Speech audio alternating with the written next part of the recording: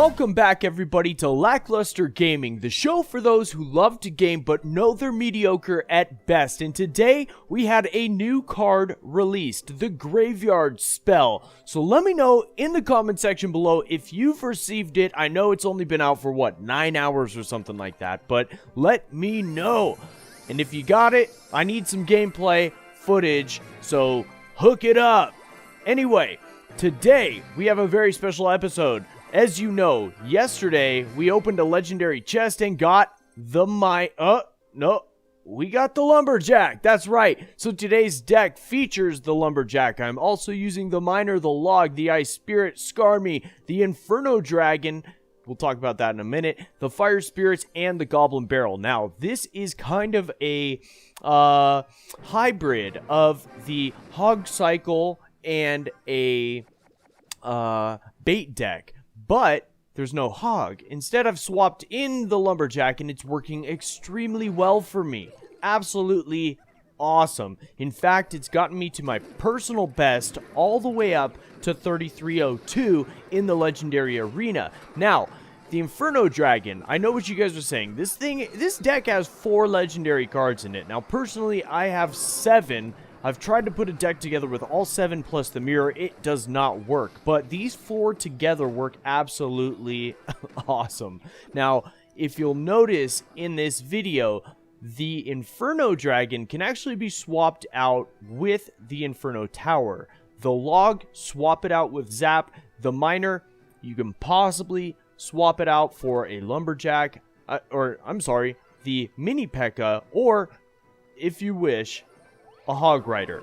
Now, if you have the Lumberjack, because this deck is featuring the Lumberjack. That's what it's all about. And I've been wanting this card since it was released, and finally got it yesterday, and it is absolutely amazing. And it took me a couple of tries to really figure out the best way to use it, and you'll see as we progress through this video how my gameplay adapts to the Lumberjack style. Now, on screen, you can see there's a Miner and a Lumberjack, but the Miner was taking the tank damage, and that's usually how I play a Miner. I'll send in a Miner and then a Hog Rider. The Miner sucks up the damage, letting the Hog Rider get to the tower and wreak havoc on the arena tower. But in this case, you want to send in that Lumberjack first so that he starts taking shots, so when he dies, the rage spell just rages out everybody around him, and it's absolutely amazing. And later on in this video, you'll see that I learned that, and I start using it to my advantage. Now, on screen, we've got a bunch of barbarians coming in, so we'll send in some fire spirits, and look at how much damage that does. The Skarmy takes most of the rest of that out, and the Lumberjack actually dies as a defensive card, but it rages out my tower, allowing me to defend a lot easier. Now, his deck is only 2.8 elixir, so it is extremely viable against any type of deck that you're gonna find in any arena. It's amazing. I mean, there's always something there to defend with. Look at this. I'm almost at 10 elixir, and I stay at 10 elixir almost the entire time because there's always something for me to play. I always got cards down on screen. It's very rare that I'm out of elixir thinking, oh my god, what can I do? What can I do? It's just always available. And that's why I love decks like this. These fast-moving, cheap cycle decks, control decks. These, they're just amazing. And working in the bait aspect of it into this deck has been more than fruitful. So that Goblin Barrel too. Now, there's a lot of fun tricks with this Goblin Barrel, and you'll see I use a lot of them. Now, we'll get to that as soon as I start playing with it a little bit more frequently. But now we are in our second battle of this basic challenge, because that's where I like to test my deck nowadays. It's a nice, it gives you a good idea of how well a deck will work at tournament standards, and it just balances everything out and kind of gives you a better, a different aspect of how the deck might work, because a lot of times in the Legendary Arena, I am going up against level 11s with level 12 cards, level 12 commons, and it's absolutely insane. Now look what we got on screen. I don't know if you saw that or not, but we're going up against a siege deck, and this is literally the deck that I featured yesterday. And if you didn't see that video, at the end of this one, there will be a link. Make sure you click on that one and watch it. For some reason, it's not getting any views. I guess siege decks are just really hated. I don't know. But I loved it. It was a lot of fun to play with. And if you've never played with an Expo, it's a great deck. And there's barely any legendary. I think there's just the log in that deck. So, and it's in the log, you can swap it out for the zap. Do something like that. And it's a non-legendary deck that works extremely well, especially in this challenge setting or the tournament setting. So, the board has now reset, and I've got not a whole lot to deal with. It looks like more of a defensive hand, but here comes the Lumberjack. Now that Inferno Tower is about to die, I'm going to put down the Lumberjack first. He's going to run ahead and start soaking up some of the damage, and as soon as he dies, rages out those skeletons, and they're going to take out that Inferno Tower. Now imagine if that had happened on the Arena Tower. Would have totally obliterated it. So instead, we got to use the miner. I throw those that Goblin Barrel all the way in the back corner because it's a different spot. Each time you throw the Goblin Barrel, you have to throw it in a different spot. Always start out right on top of the Arena Tower, and then that way he'll zap you away, no problem. And then the next time you use the Goblin Barrel, throw it all the way in that back corner and see what happens. I guarantee you, more than half of the time, they're going to zap. They're going to do a preemptive zap before the Goblin Barrel lands, and they're going to zap their own tower thinking that you're going to place your Goblin Barrel right on top of that tower, and they're going to miss. And those goblins are going to just do tons and tons and tons of damage on their tower. So check this out. I've got one tower down, and double overtime is really when these siege decks take over, because that Expo is 6 elixir. It's a expensive card.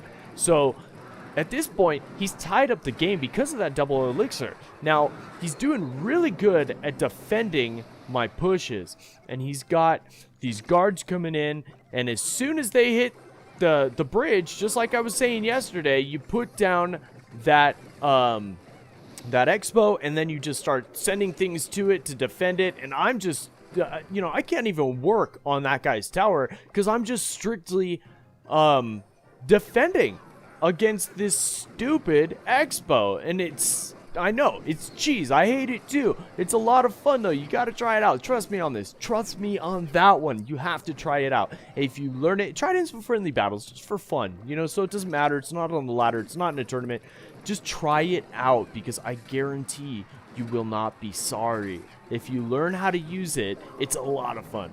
So we're still trying to take out this stupid crossbow, but he's just, the rest of the deck is just so cheap that no matter what I throw at the crossbow, he's got something to defend, or something to defend it with. And there's just nothing I can do, and I'm just desperate at this point, just throwing anything I can at his tower and just not making any progress whatsoever. And the Skarmy, I'm trying to take out that Inferno Tower because I need it to be gone so that I can send something in and destroy his tower, but it's just going to be too late. I've got barely any hit points left on that tower. He's going to set up a defense, log me. Sorry about my wife there. She's sending me some house links, through text and whatnot. But look at that. I'm getting BM'd. This is, and so when I get BM'd, I gotta tell you guys, I get fucking tilted. I mean, sorry about the language, but like, it really stresses me out, and I get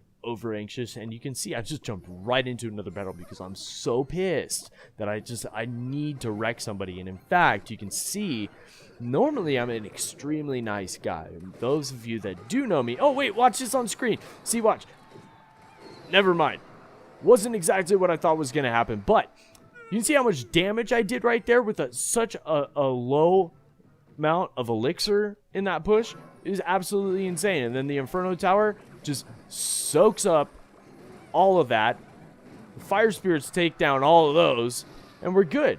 No damage done to mine. His tower's almost completely gone. But anyway, like I was saying, my wife, my kids, and we are all going to move to Colorado. She just got a new job. federal agency working at Fort Carson as a nurse. And I'm extremely proud of her. Just want to throw that in there. But yeah, so if you are in Colorado, or if you know somebody in Colorado Springs, let me know in the comment section. What do you guys like to do there? Is it a lot of fun? Do you guys enjoy living there? Because I'm a little bit nervous about it, but extremely excited. I'm currently based out of Los Angeles, and I've lived here my entire life, other than when I was in the military. Spent 3 years in Germany, a year in Iraq, and other than that, San Fernando Valley, Los Angeles County is where I've resided. So I'm excited to move, but a little bit nervous as well. Let me know in the comments.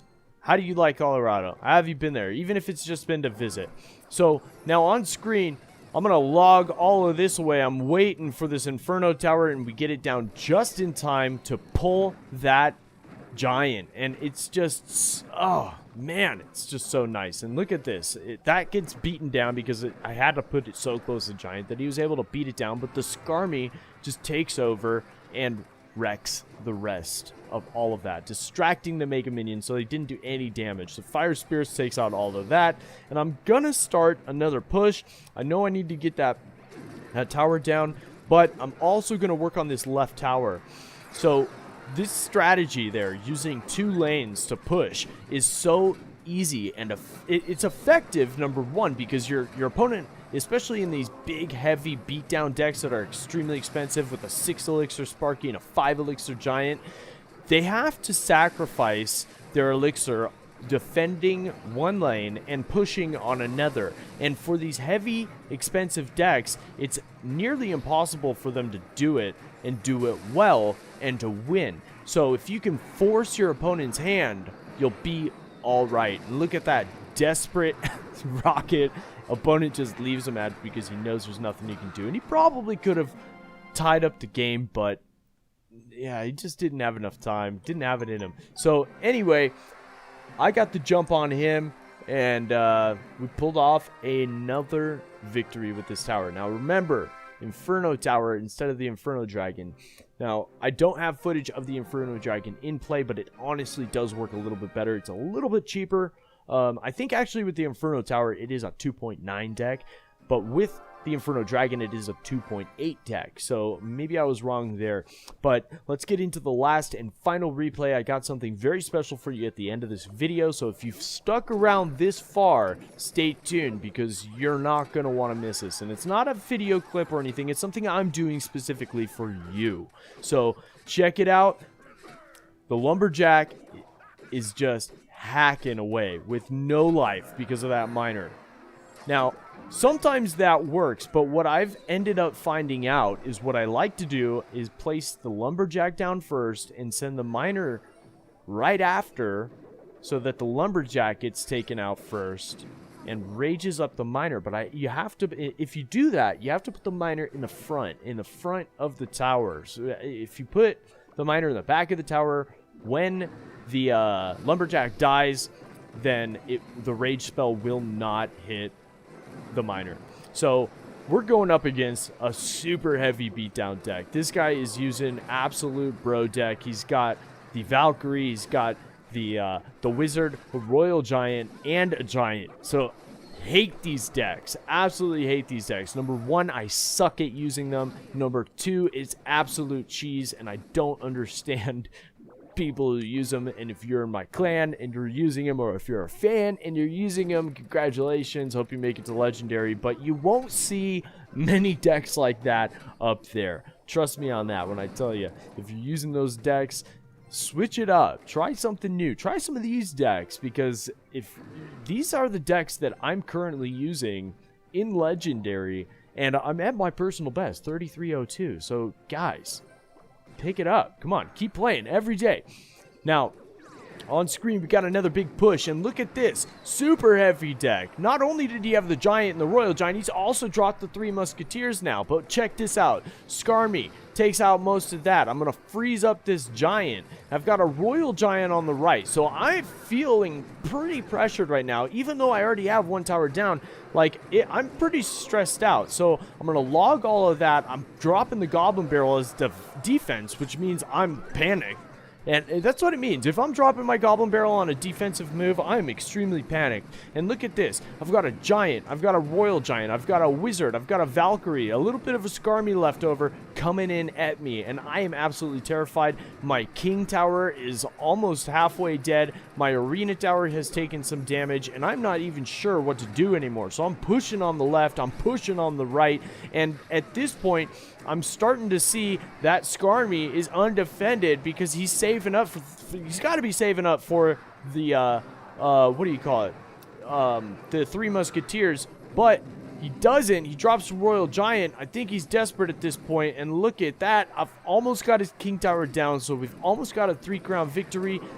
There's the 3 Muskies, and the Log gets the 3-crown forest. So an absolutely awesome deck. Works in almost every range, against any other deck except for my own Siege deck that I put out yesterday.